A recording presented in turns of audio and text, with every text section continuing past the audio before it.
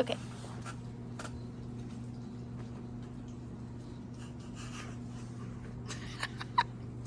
Hi, my name is Blair. I go to school at Vincennes University, and this is for capstone for my bachelor's degree. We're going to be talking about pressure injuries today.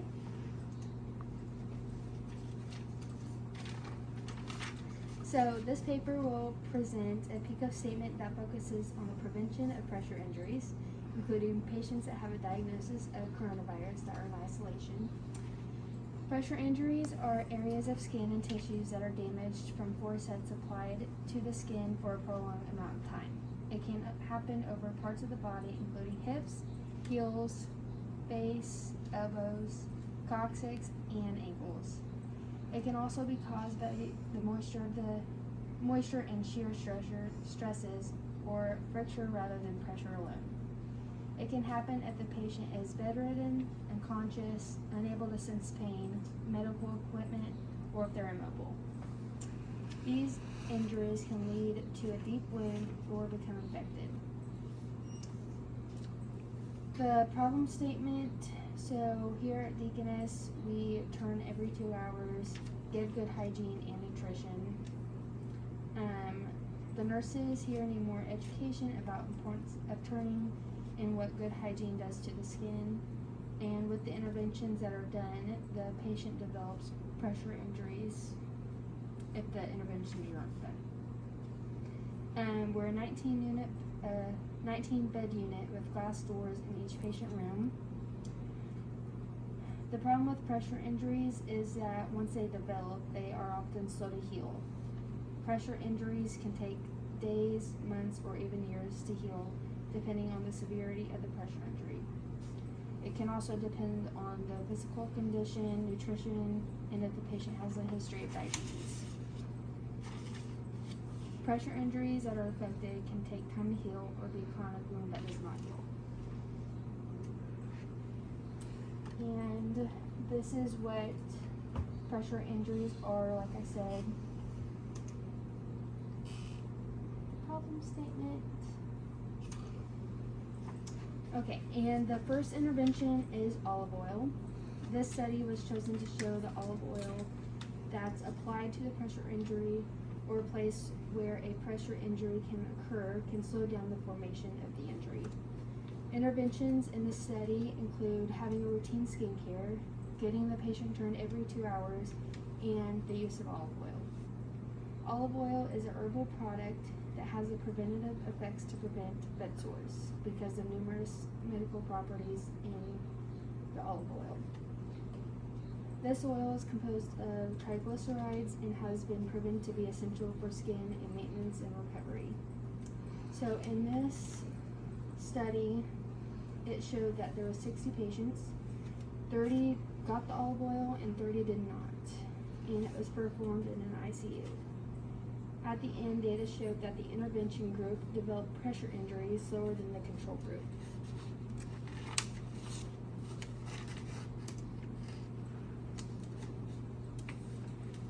So next is medical devices and their pressure injuries. An evidence-based practice study took place to find a method to decrease the incidence of pressure injuries caused by medical equipment. The intervention in the study was between two groups of patients. One had an ET tube and the other had an NG tube. And I have pictures to show because it kind of gets confusing. So 1A, that one right there, has an NG tube that's secured using self-adhesive tape that's attached to one end of the tape and to the nose and over an anchor dressing that is attached to one end of the tube. There's a foam that was proximal to the nair and a foam dressing that was used to pad the nair where the NG tube is located. And then 1B has an NG tube secured using a clip called Anchor Fast that is attached to the NG tube and it's connected to the ET tube. There is a piece of foam that is used to pad the NG tube proximal to the nair and a dressing that's used to pad where the NG tube was located. And then next is 1C. They have an NG tube secured using a mushroom-shaped adhesive tape, which was considered to be the control group and received standard care. And then patient 2A had an ET tube secured using a attachment device. That's where they are. There was a dressing used to pad the mouth where the ET tube was located. And then 2B, this one right here, had an ET tube secured using cotton tape, secured around the ET tube and tied around the patient's neck using a foam that's protected the skin. A barrier wipe is used on the skin and around the mouth. A dressing was used to pad the mouth where the ET tube was located. And then 2C had their ET tube secured with cotton tape and foam or Incurvast, which was considered the control group, and they received standard care.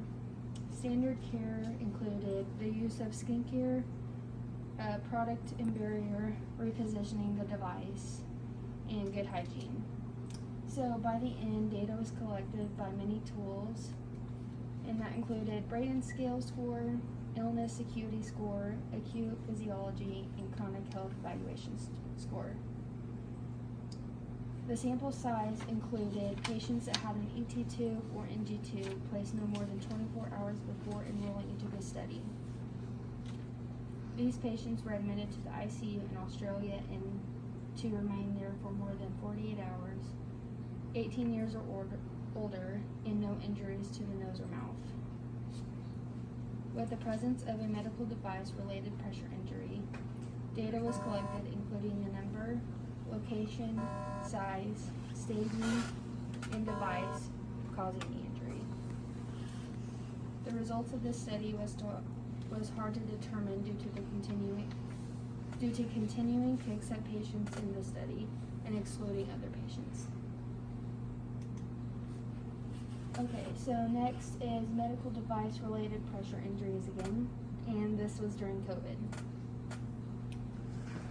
An evidence-based practice study took place to develop quality improvement in managing medical device-related pressure injuries in COVID patients that required intubation and prone position. Interventions for these patients included positioning, offloading, and repositioning the prone patients.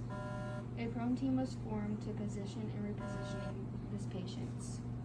The wound care nurse provided images of where to place the sacral dressings in high-risk pressure injury spots. The image included where to place the dressings before proning and then after, or flipping the patients back on their back. They used Meplex border dressings, no sting barrier film, pillows, gel pads, and the use of Z-Flow fluidized positioner was used for these patients. This study took place at the Academic Medical Center and included ICU patients. These patients also required intubation.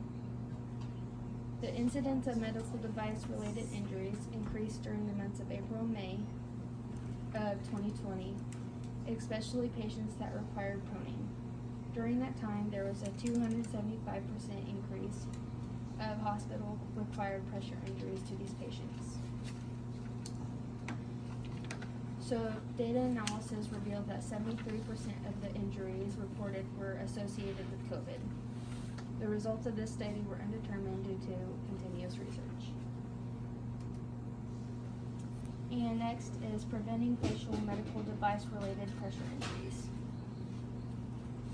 This evidence-based study took place to find a method to decrease medical device-related pressure injuries that occur when patients wear BiPAP or CPAP. The intervention used to decrease the incidence of injuries was hydrogel-based dressings that were cut and positioned along the face mask contours. The experimental measures used 5 sites: the nasal bridge, both cheeks, and the chin. To measure the airforce between the patient's face and the mask, the apparatus paper-thin force sensor was connected to a sampling board and operated using custom-made graphical user interface. The study used exclusion criteria that included respiratory obstructive disorders, craniofacial anomalies, facial trauma, scarring or burns, skin disease, or malignancy. The results of this study showed that the application of hydrogel-based dressing cuts lowered the forces of all facial anatomical sites. It was shown that the hydrogel-based cuts of the dressings was the strongest on the cheeks and the nasal bridge. And next is the importance of skincare.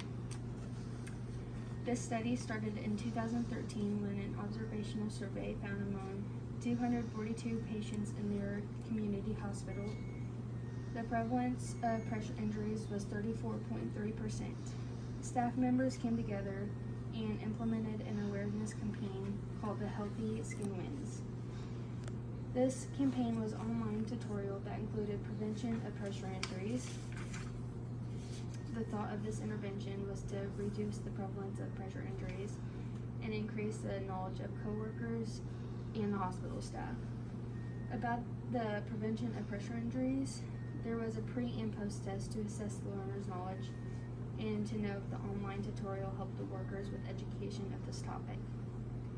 Quality interviews also took place with nurses, health professionals, and healthcare aides to assess the staff perspective of pressure injury prevention program.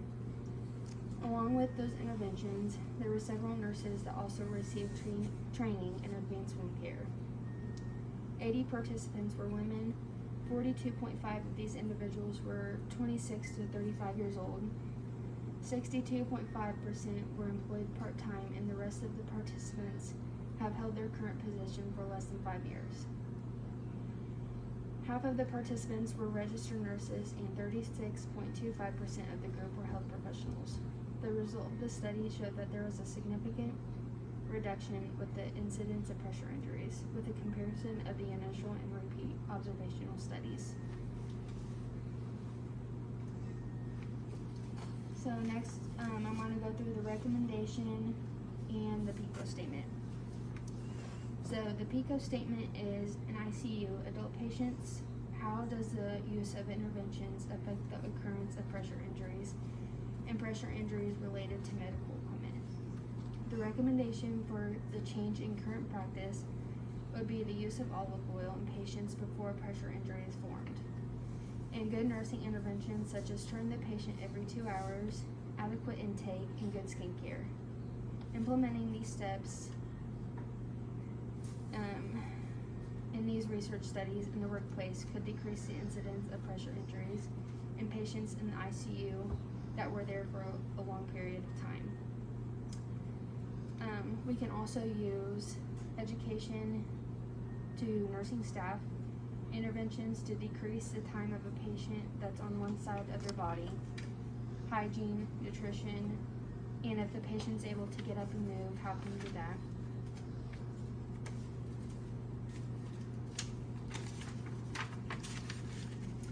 And they can also take walks.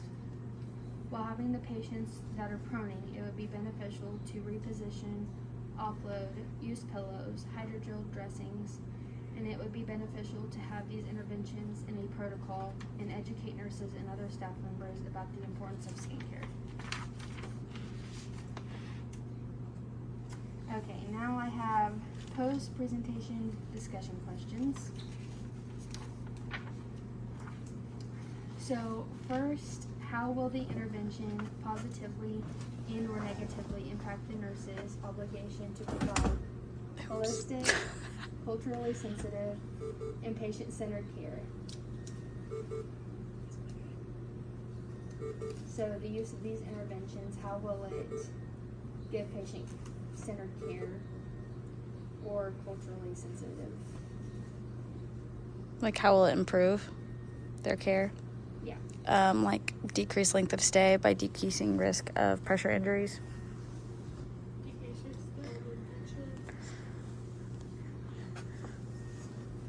Okay, and what are the legal and ethical implications for nurses who will be implementing the intervention?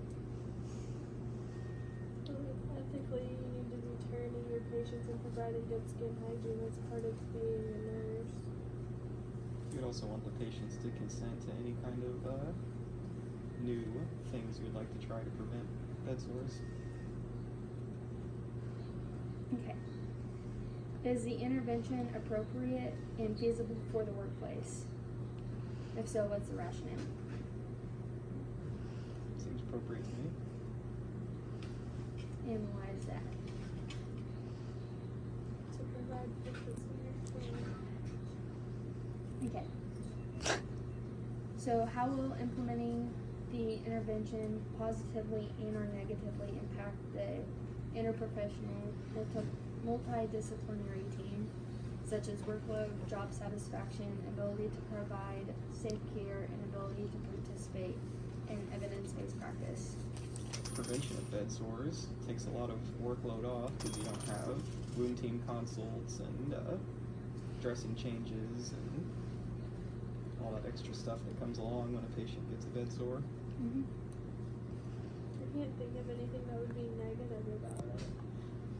Okay. Let's see. What is the workplace's process for implementing the interventions? You have to normally take it to like the council, like the research council, and then they like go through a whole process of implementing it into actual practice and making a policy. Okay. Okay, now what barriers to implementing the intervention? What are some barriers There's always resistance to new. things? Yeah. I imagine the Evidence-Based Research Council would want to scrutinize the study showing that olive oil is an effective intervention. Not to say that it isn't, but they might really want to take a close look at that. Yeah, Might be costly costly. to provide every unit with little things of olive oil.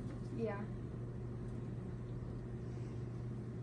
Who are advocates to involve in implementing these interventions? Nurses. Team leaders. Respiratory therapist, Maria. Yes. Okay.